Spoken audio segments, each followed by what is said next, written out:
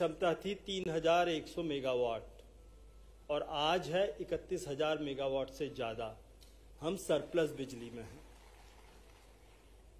न केवल बिजली सरप्लस है, औद्योगिक रेट की तुलना में देख रहा था कि मेरे को जब इंडस्ट्री डिपार्टमेंट ने कंपैरिजन चार्ट दिखाया तो जो हमारे दूसरे कॉम्पिटिटिव राज्य हैं, आंध्र प्रदेश, तेलंगाना, तमिलनाडु, महाराष्ट्र, उनकी तुलना में हमारे औद्योगिक बिजली की दर कम है।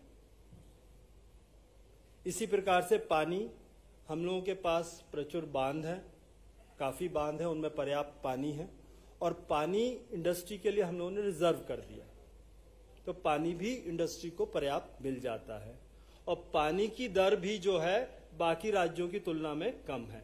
मैं इतने डिटेल में नहीं जा रहा, बाद में जो हमारी पीएस इंडस्ट्रीज है वो डिटेल में आपको सारे ये खूबियां बताएंगे, पर मैं मोटी सी बात करना चाह रहा था। फिर बात आती है ईज ऑफ डूइंग बिजनेस की। माननीय प्रधानमंत्री जी ने जब 2014 में कार्यभार संभाला था, उसके बाद ईज ऑफ डूइंग बिजनेस पे काफी काम किया गया।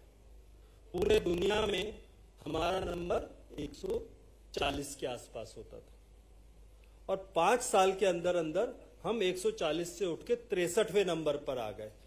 140 से 63, 63।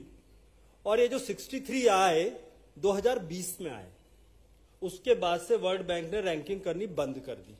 उसके बाद जिस प्रकार के रिफॉर्म्स भारत देश में हुए हैं, पक्की बात है कि अब तक हम 40 के आसपास आ चुके होते यदि रैंकिंग चल रही होती। और इसमें जब देश की पूरी बात होती है, उसमें मध्य प्रदेश किधर है?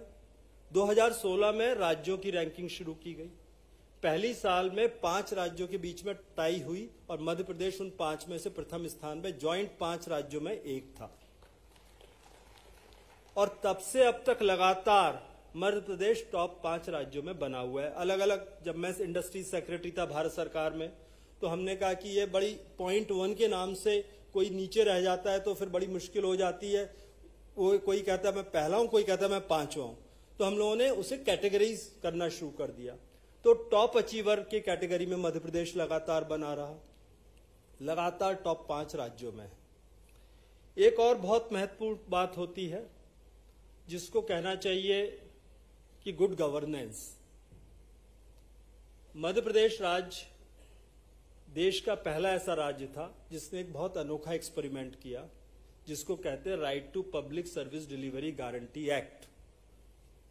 और right to public service delivery guarantee act Madhya Pradesh ने बनाया।